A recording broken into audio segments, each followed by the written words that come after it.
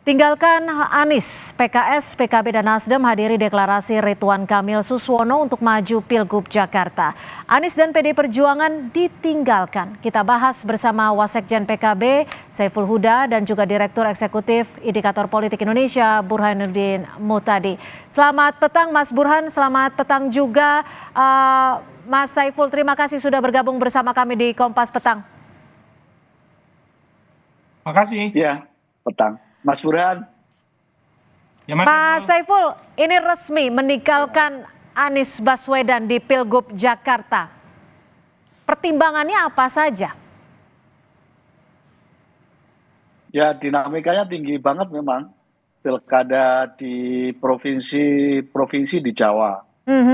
Nah, termasuk di DKI Jakarta, kami sendiri sebenarnya baru memutuskan kemarin. Jadi memang PKB belum memutuskan sebelumnya siapa sosok yang akan diusung. Baru ada usulan saja dari DPW dan baru kami putuskan tadi kemarin sore di saat penyerahan B1KW. Memangnya yang ditawarkan apa saja sampai akhirnya memutuskan di di waktu-waktu terakhir untuk bergabung dengan Kimples?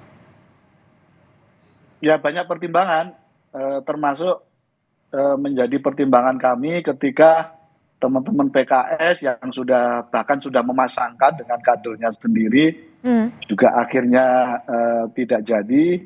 Nasdem ya sudah mengeluarkan surat juga tidak jadi. Jadi komunikasi kami dengan dua partai ini yang sebelumnya ada rencana mengusung Mas Anies, ketika tidak jadi, akhirnya kami memutuskan untuk menjadi bagian dari koalisi ini. Mas Burhan, kalau Anda melihatnya bagaimana ketika Anies ditinggalkan sendiri dan saat ini bisa dipastikan tidak bisa maju untuk Pilgub Jakarta? Sebenarnya saya tidak terlalu kaget ya. Justru Anies baiknya atau seharusnya itu mempersiapkan dari awal skenario terburuk. Jika misalnya partai-partai tidak jadi mencalonkan dirinya. Nah, masalahnya Anies tidak memiliki skenario atau plan B. Jadi misalnya jalur perseorangan tidak disiapkan oleh Mas Anies atau timnya. Termasuk juga plan lain, misalnya plan masuk ke partai untuk memudahkan dalam usaha untuk mencari kendaraan, itu juga tidak disiapkan dari awal. Jadi memang kita tidak bisa menyalahkan Anies penuhnya, ini ada kaitannya dengan aturan main di mana tidak ada pembatasan maksimum koalisi sehingga aksi borong partai terjadi. Jadi ini ke depan harus segera diperbaiki supaya masyarakat Jakarta secara khusus atau masyarakat Indonesia secara umum itu tidak di-effect completely oleh elit partai. Mas Burhan, tapi gini, Mas Burhan, ketika Anda menyebut memperspektifkan bahwa Anies tidak memiliki skenario kedua, tapi menurut Anda, apakah ini justru skenario yang memang sudah disiapkan oleh, dalam tanda kutip, Kimples? Nah, saya tidak tahu apakah Kimples ini mempersiapkan skenario dari awal atau tidak ya. Itu kita tidak bisa melihat dari motifnya. Tetapi yang pasti kan Anies harusnya mempersiapkan itu kalau misalnya diperlakukan semacam ini. Harusnya Anies itu tidak percaya 100%. Tidak pasrah bongkoan sama partai. Caranya tadi pertama adalah menyiapkan jalur perseorangan sebelum ditutup, ya. Kemudian yang kedua termasuk skenario masuk ke partai supaya cara untuk memenuhi minimum threshold 20% itu bisa terpenuhi. Nah, Anies kan nggak bisa mengontrol orang lain, yang dia bisa kontrol adalah dirinya dan timnya sendiri. Nah, itu yang tidak dilakukan, makanya sekarang sudah telat ya, kemungkinan besar kita akan menyaksikan skenario Solo ya, yaitu calon kuat yaitu Gibran saat itu didukung oleh hampir semua partai melawan calon yang sangat tidak kompetitif. Jadi bukan skenario Makassar tetapi skenario Solo. Nah, ini terjadi karena kalau kita lihat calon independen yang barusan disahkan oleh KPU Jakarta, Pak Dharma Wongrekun, itu elektabilitasnya hanya 0,2%.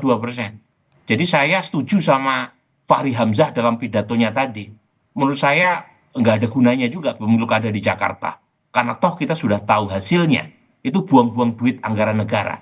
Ya, menggelar pilkada Jakarta antara Ridwan Kamil dengan Suswono didukung oleh 12 partai melawan calon yang sama sekali tidak kompeten. Artinya menurut Anda dalam tanda petik Anies apa ya bisa dikatakan kena prank gitu dalam tanda kutip? Itu mungkin Mas Saiful yang bisa menjawabnya ya. Tetapi poin saya begini, potensi kena prank jelas kita saksikan hari ini. Tetapi kenapa Anies tidak mempersiapkan diri untuk di-prank? Makanya saya termasuk orang yang menyesalkan. I am not a big fans of him. Tetapi sayang sekali kalau misalnya sekaliber Anies tidak mempersiapkan jalur perseorangan. Dulu Ahok mempersiapkan itu. Ya, just in case kalau dia tidak didukung oleh partai di 2016. Meskipun akhirnya dia didukung oleh partai, tetapi timnya mengumpulkan KTP. Nah, itu yang tidak dilakukan oleh Anies sekarang. Mas Saiful, kalau kita lihat flashback ke belakang, PKB kan bisa dikatakan dulu mendukung pertama Anies Baswedan.